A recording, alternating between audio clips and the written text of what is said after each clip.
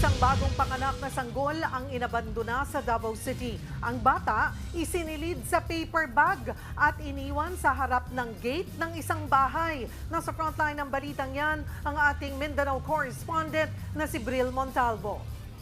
Wala, bago yun yung anak ba o? Kaluoy, gisod sa bag. Ay, kaluoy. Nakalagay pa sa pulang paper bag ang sanggol na ito ng datna ng isang residente sa labas ng kanilang gate sa Davao City kahapon. Mahimbing pa ang tulog ng lalaking sanggol. Ayon sa nakadiskubring residente, akala niya pa ay patay na ang sanggol dahil namumutla na ito. Pero nang kunin niya mula sa paper bag, bigla na lang itong tumawa saka umiyak. Agad niya itong itinawag sa barangay. Wala ko kabalo kung sa tong akong na... Hindi ko alam kung ano ang nararamdaman ko pagkakita ko sa sanggol. Natuwa na may halong nerbiyos. Healthy ang bata, healthy talaga siya.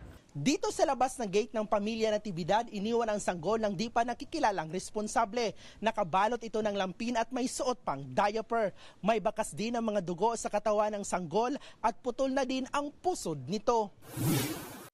Tila teleserye pa ang naging eksena dahil ang iniwang sanggol may kasamang madamdaming sulat.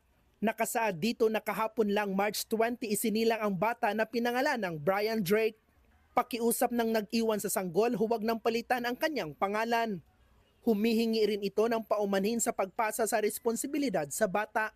Agad rumisponde ang barangay at City Social Welfare and Development Office para bigyan ng paunang lunas ang sanggol.